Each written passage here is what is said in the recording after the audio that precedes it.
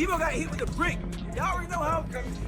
I was impressed because Ortiz was a handful, and I think that's the best I've seen Ortiz fight. We know that he's a... ...that Keyshawn Davis has is really more entertaining than the performance that Shakur Stevenson had.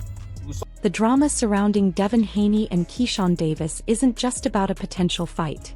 It's about pride, legacy, respect, and a simmering tension that's been building for years beneath the bright lights of boxing's biggest stages.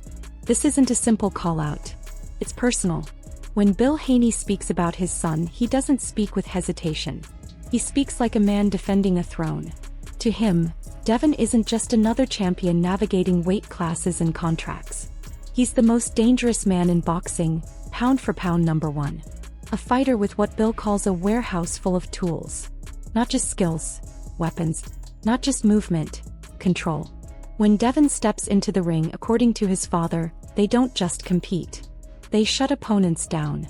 They bring out the exact package designed to neutralize whoever stands across from them. And then came Keyshawn Davis.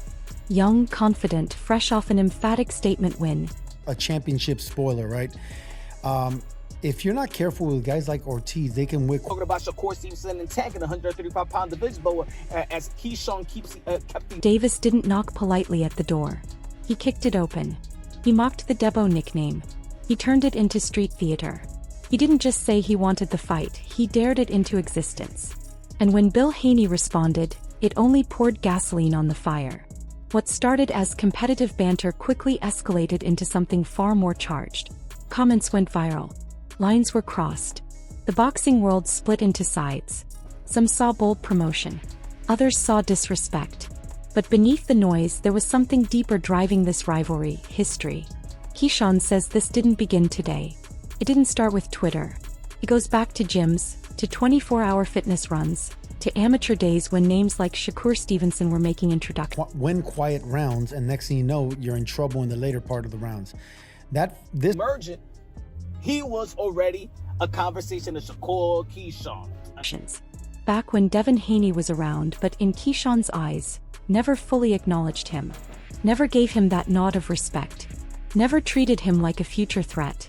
And that sticks with a fighter. You can hear it in Keyshawn's voice. It's not just business. It's a chip on his shoulder. A memory of being overlooked. Of being called just a kid. Now that kid has grown into a contender who's stopping men that were never stopped before. His 12th round TKO over Jermaine Ortiz wasn't just a win. It was a message. Look like that fight is not gonna happen. The primary fight for Keyshawn Davis. Ortiz had given champions problems. Ortiz had survived with elite names. But Keyshawn didn't just beat him. He closed the show. Body shot. Pressure. Control. And he looked fresh doing it. That performance changed the conversation. Suddenly, this wasn't hype. This wasn't ambition outpacing reality. Analysts began calling it a real fight. A 50-50 matchup. Experience versus explosiveness. Ring IQ versus physical assertion. Davis, Keyshawn. Of course, we got Andy Cruz. They're going to be facing Muradaya on the 24th, but... Devin Haney brings championship rounds, composure under bright lights, and a resume stacked with elite names. Keyshawn brings hunger, aggression, and a belief that Haney's power simply doesn't travel up in weight. That's where the clash becomes fascinating. Keyshawn doesn't believe Devin hits hard enough to keep him honest.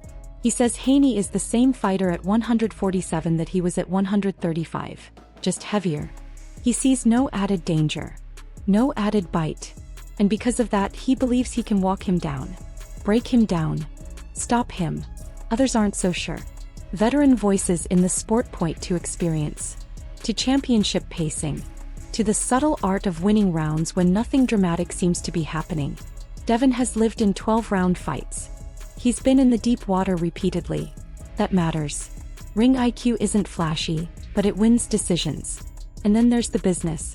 Now, in my opinion, is Devin the Dream Haney at 147 because that's his plan?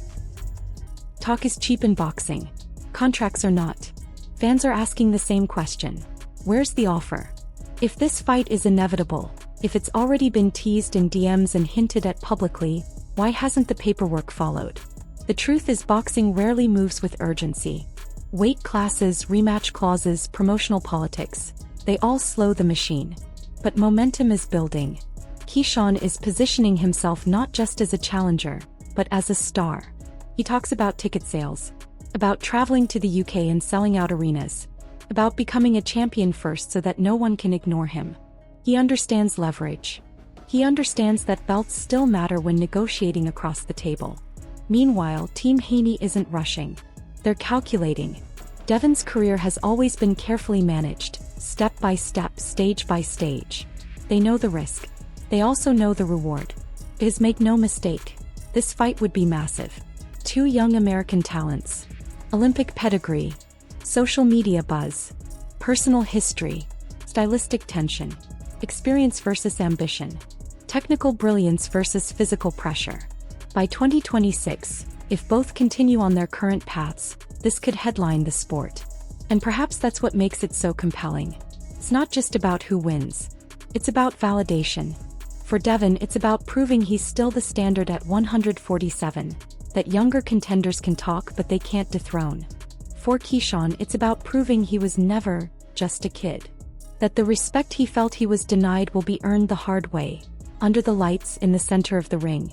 Boxing thrives on moments like this, on rivalries that feel raw, on unfinished business from years ago resurfacing when both men are finally powerful enough to settle it. So now the question becomes yours. Does Keyshawn Davis have what it takes to break down Devin Haney? Or does Haney's experience, composure, and championship pedigree silence the noise once again? Is this truly a 50-50 fight? Or are we underestimating one side? Let me know what you think in the comments. And if you love deep dives into boxing's biggest rivalries and future super fights, make sure you like the video and subscribe to the channel. Because if this fight gets signed, you already know, we'll be breaking down every angle.